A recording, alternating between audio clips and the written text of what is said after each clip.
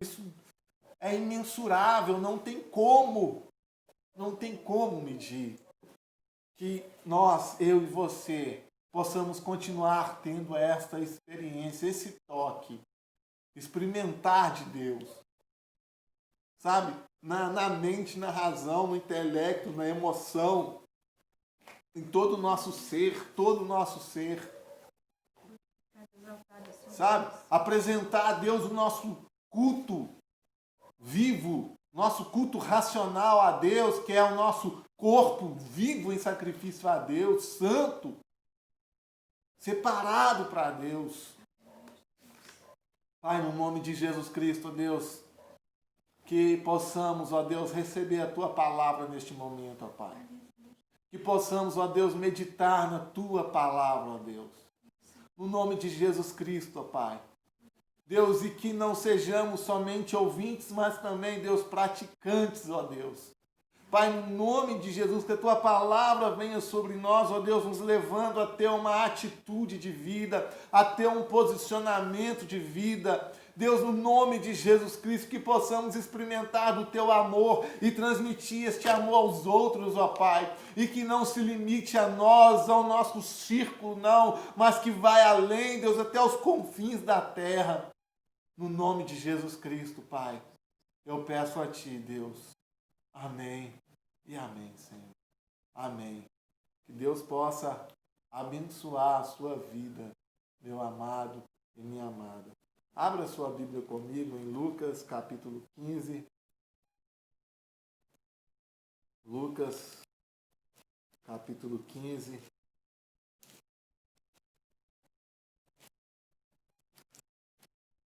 Nós vamos ler aqui a parábola do filho pródigo. E nós vamos meditar em cima disso aqui nessa noite. A parábola do filho pródigo. Amém? Lucas capítulo 15, a partir do 11.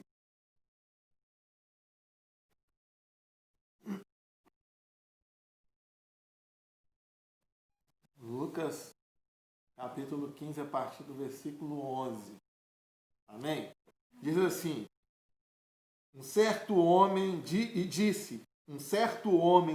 tinha 2 filhos, e o mais moço deles disse ao pai: Pai, dá-me a parte da fazenda que me pertence.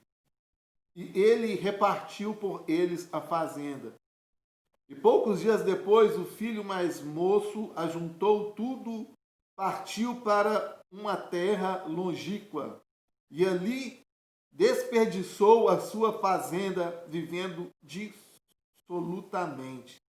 E havendo ele gastado tudo, houve naquela terra uma grande fome, e começou a padecer necessidade. E foi e chegou-se a um dos cidadãos daquela terra, o qual o mandou para os seus campos a apacentar porcos. E desejava encher o seu estômago com as bolotas que os porcos comiam. Ninguém lhe dava nada. Ele desejava comer e ninguém lhe dava nada. E caindo em si disse: quantos trabalhadores de meu pai têm abundância de pão, e eu aqui pereço de fome. Levantar-me-ei e irei ter com meu pai, e dir-lhe-ei: Pai, pequei contra o céu, pequei contra ti. Já não sou digno de ser chamado teu filho. Faz-me conforme um dos trabalhadores. E levantou-se e foi para seu pai, e quando ainda estava longe, viu o seu pai e se moveu de íntima compaixão. E correndo, lançou-se-lhe ao pescoço e o beijou. E o filho lhe disse: Pai, pequei contra o céu e pequei perante ti, e já não sou digno de ser chamado teu filho. Mas o pai disse aos seus servos: trazei depressa as melhores roupas e vesti-lo, e pondo-lhe um anel na mão e sandálias nos pés, e trazei o bezerro cevado e matai-o, e comamos e alegremo-nos. Porque Este meu filho estava morto e reviveu. Tinha se perdido e foi achado. E começaram a alegrar-se.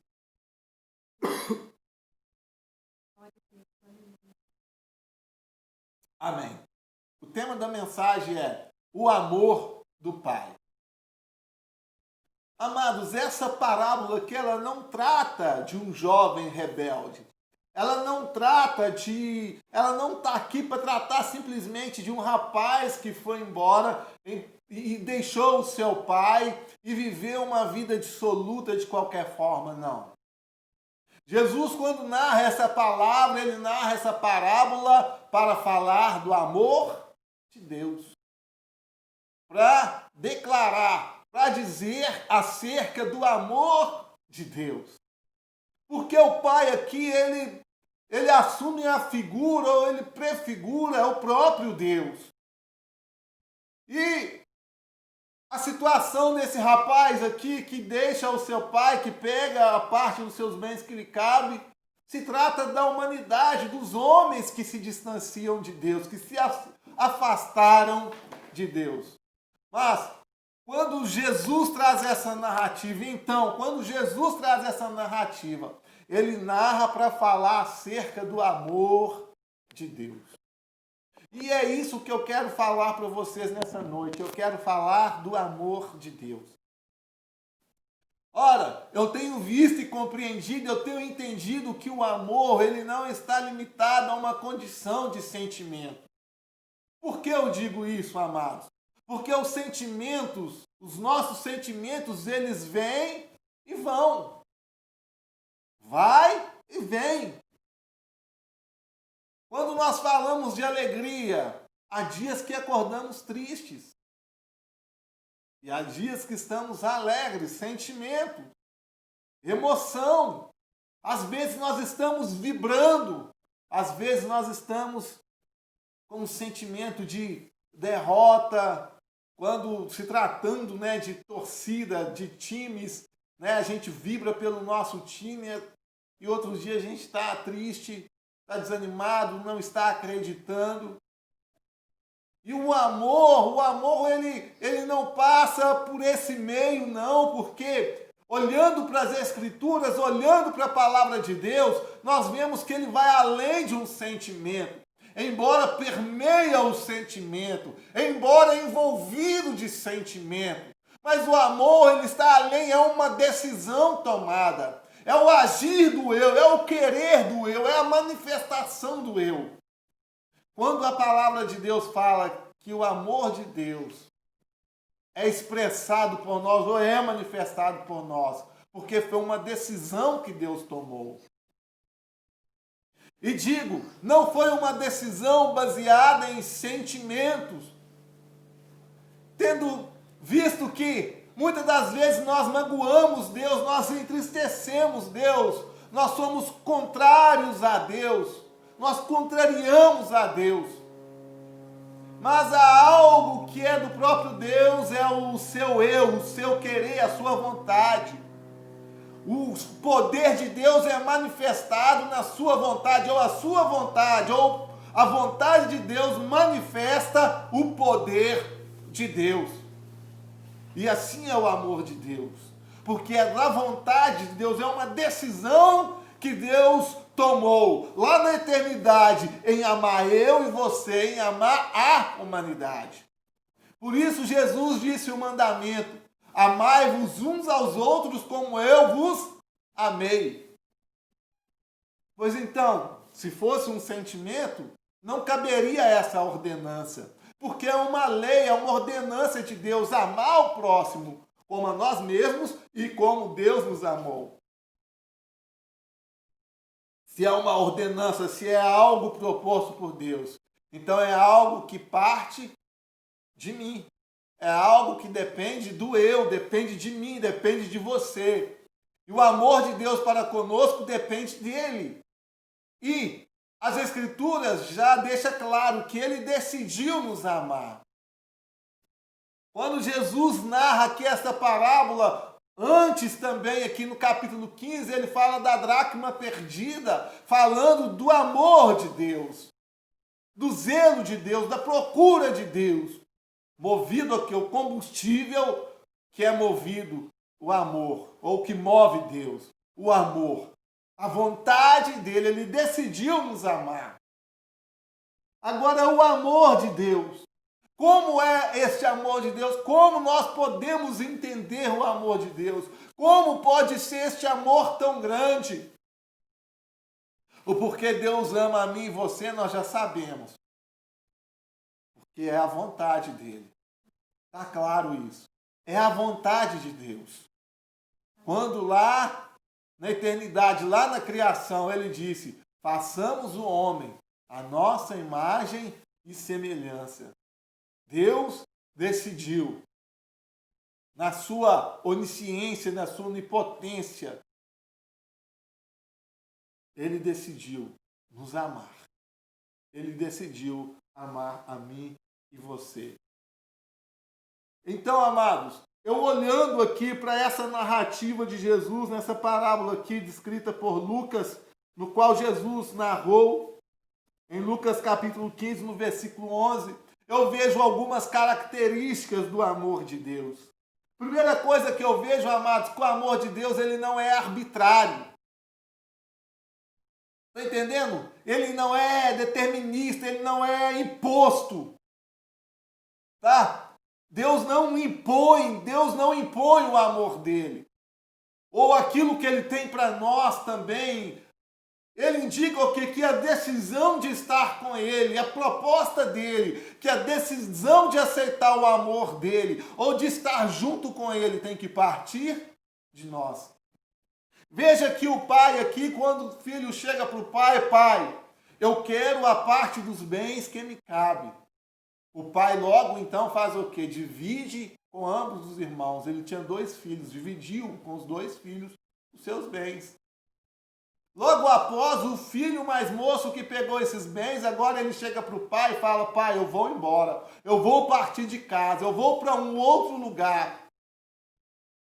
E o pai aqui revelado, ele não é um pai arbitrarista. Porque de repente, se fosse eu, se fosse você, nós falaríamos: não, você tem que ficar aqui. Ou não, eu não vou partir, já prevendo a atitude do filho, eu não vou te dar parte dos meus bens agora não. Quando eu falecer, eu faço o inventário. Não. De prontidão, o pai deu a parte a que cabia o filho dos seus bens. Partiu a herança com ambos os filhos. Então, amados, o Deus no qual nós servimos, ele não é arbitrarista. Ele não é arbitrário. Ele não age por imposição. Não age. Quando nós olhamos para a vida de Jó, talvez não, com certeza, o inimigo das nossas almas, Lucifer, Satanás, entendeu assim. Quando chegou diante de Deus e disse: olha, quando Deus disse para ele: de onde vieste, Satanás? Ele disse: olha, eu vim te rodear a terra. Aí Deus fala: você tem visto o meu servo Jó?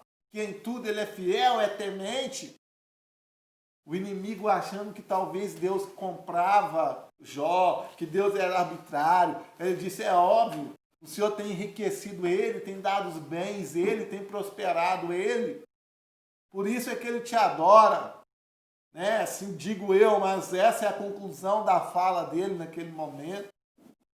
Como se Deus fosse arbitrarista, como se Deus fosse aquele que compra o amor das pessoas. Então Deus permite, vai lá e toca em tudo que ele tem, pode acabar com os bens. Aí os filhos de Jó morrem, os bens de Jó são mortos, fogo vem, queima tudo. E no fim de tudo Jó fala: nu eu saí do ventre da minha mãe e nu eu tornarei para lá. O Senhor me deu e ele tomou, bendito seja o nome do Senhor. Porque o amor de Deus não é arbitrário. Não é sobre imposição, não é sobre taxação, não. Deus nos dá a condição lá na criação. Deus criou, fez Adão, trouxe Adão e Eva à existência e levou eles e falou: olha, aqui estão os frutos as árvores. Aqui está a árvore do conhecimento do bem e do mal. A única coisa que eu digo para você é que não coma, porque se você comer, você será igual nós. Tinha a árvore da vida. Meus amados, eu quero dizer o quê? Se Deus fosse arbitrário, Deus nem te teria colocado ou dado essa condição de escolha para o ser humano, essa condição de livre-arbítrio lá na criação. O ser humano já teria sido feito sem liberdade de escolha, e isso é um princípio do amor, isso é um princípio de quem ama, da liberdade de escolher. Eu amo a minha esposa e os meus filhos.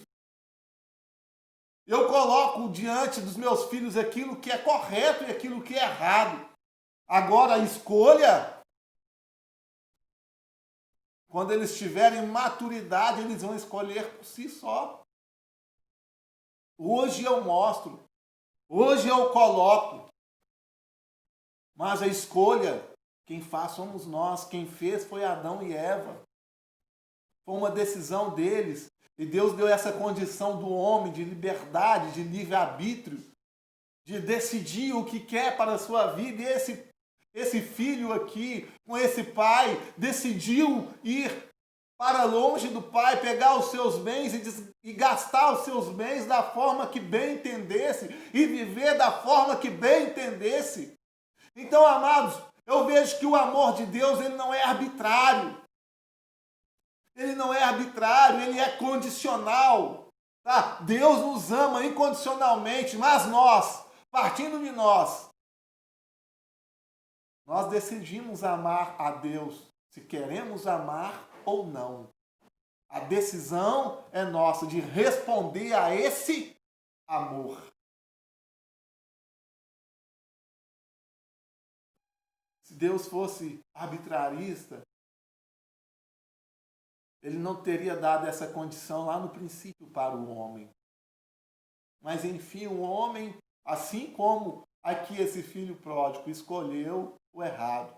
Adão e Eva escolheram comer do fruto do conhecimento do bem e do mal, no qual Deus havia orientado. Se comer, certamente vocês morrerão. Se comer, certamente vocês morrerão. Nós tomamos essa decisão. Agora, eu não posso confundir, apesar do amor de Deus não ser arbitrário, o amor de Deus também, ele não é leviano, ele não é aquele amor que concorda com as nossas mazelas e com os nossos erros. Com certeza que, tendo uma interpretação fiel aqui a esse texto, nós podemos entender e nós podemos extrair aqui que certamente o pai não concordava com as atitudes daquele filho. Sabe por quê, meus amados? Senão aquele filho, ele não ia se afastar do seu pai para viver uma vida de embriaguez ou uma vida de paixões e de amores de qualquer forma, sem compromisso com o outro e consigo mesmo.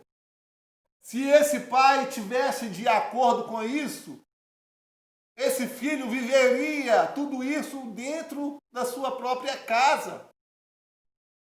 Agora, a decisão dele de sair, de viver essas coisas, mostra isso. Que era um pai que orientava o seu filho e dizia: olha, filho, isso não é bom para você. Isso não serve para você. Afirma, embora ele não era arbitrarista, mas também ele não concordava. Ele não vivia, ele não estava de acordo com as mazelas, com os erros.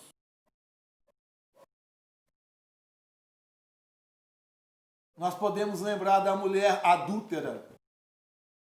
Muitos de nós, todos vocês lembram disso, da narrativa em que uma mulher é levada até Jesus pelos religiosos da época porque foi pega em adultério. E ali eles queriam experimentar Jesus e colocando essa mulher diante de Jesus, disseram, essa mulher é adúltera.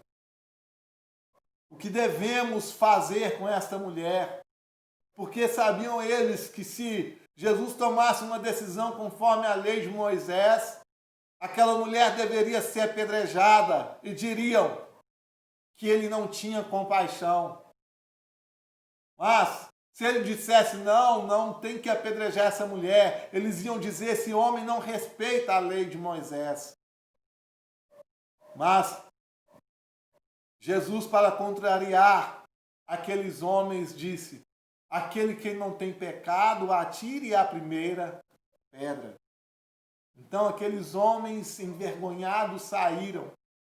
Eu quero ressaltar para vocês que quando Jesus olha para aquela mulher, quando Jesus volta-se para aquela mulher, ele diz, mulher, alguém te condenou? Aquela mulher, não. Respondeu a Jesus, não. Então Jesus disse, nem eu te condeno. Agora vem o que eu quero trazer para vocês. Jesus disse àquela mulher, vai e não peques mais. Está entendendo? Não é porque Jesus não condenou aquela mulher. Não é porque não havia uma condenação. Jesus veio para salvar aquela mulher. Não é por causa disso que ele estava de acordo com o pecado, não. Ele disse, vai e não peques mais.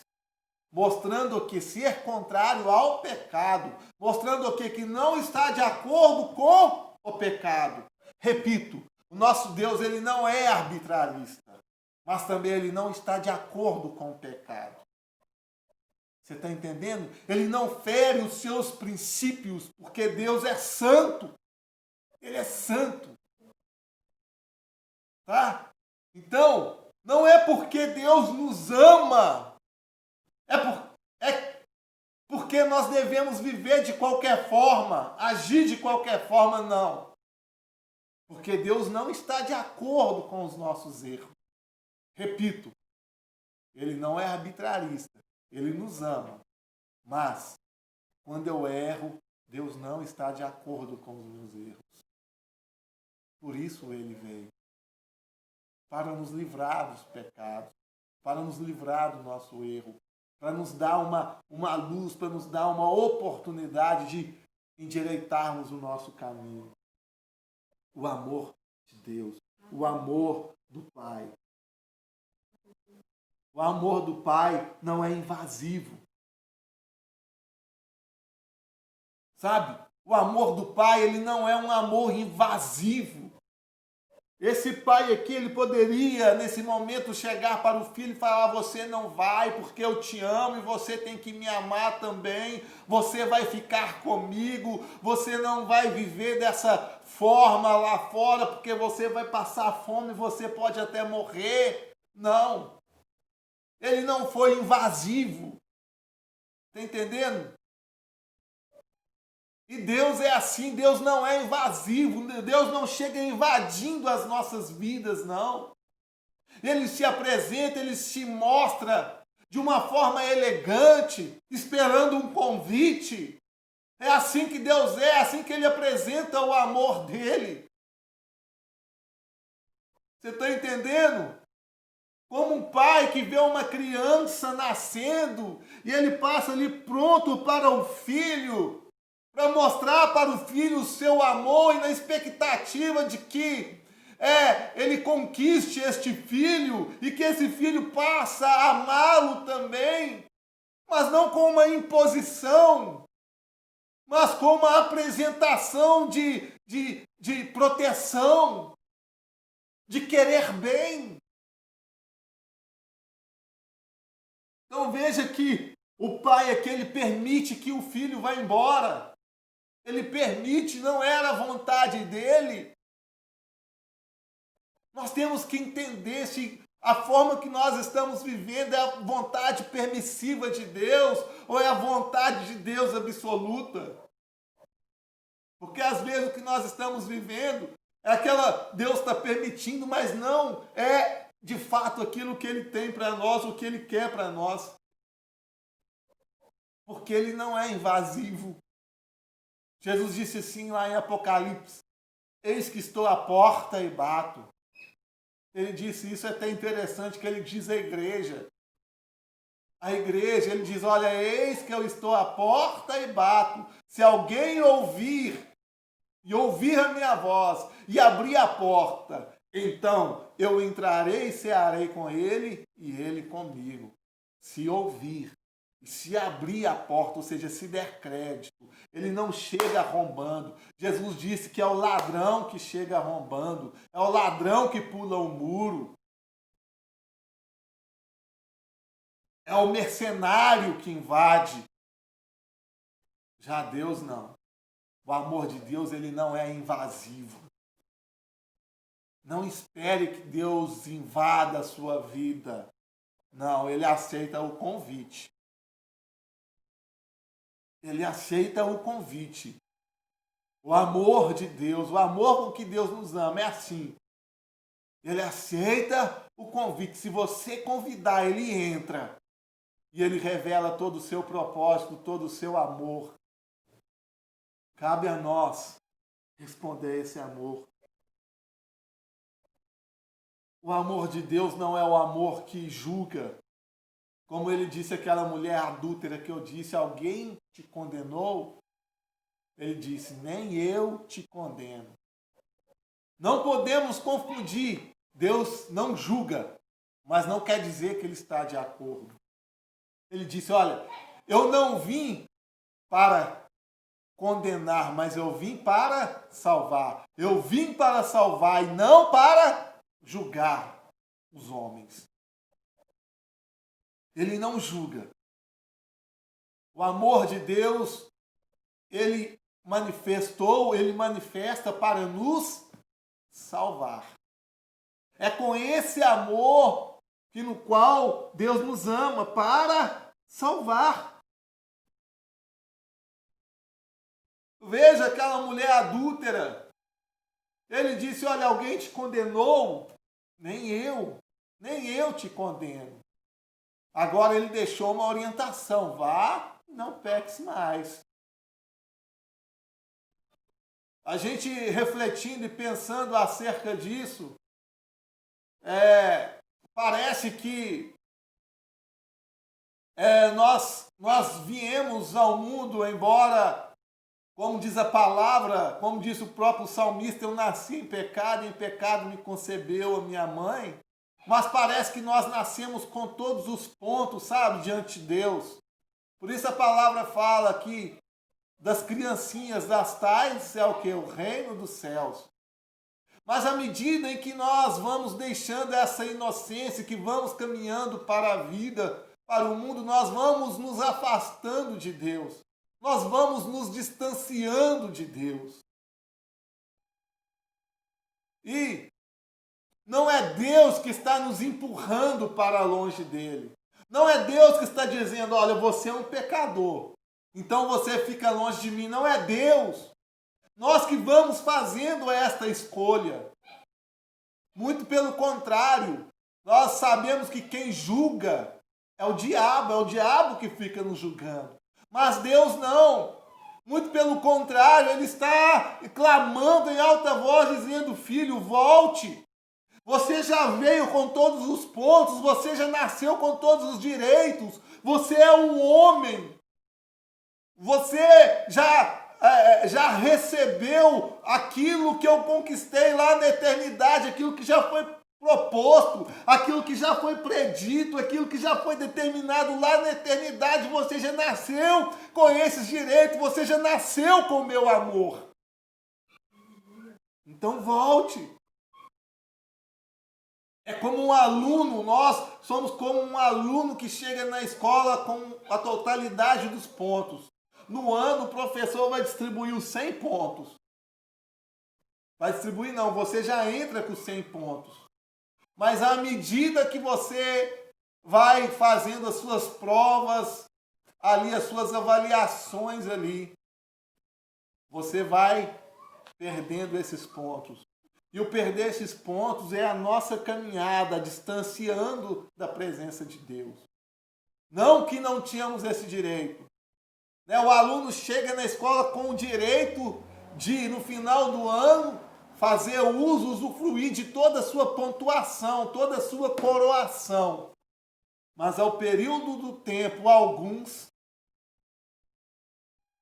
escolhem não fazer uso daquilo que foi proposto para ele. E foi assim com o filho pródigo.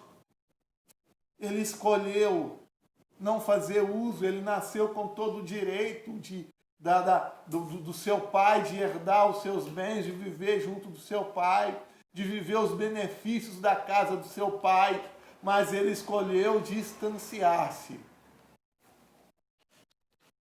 Distanciar-se. A escolha foi dele. Porque o amor de Deus, ele é um amor compassivo.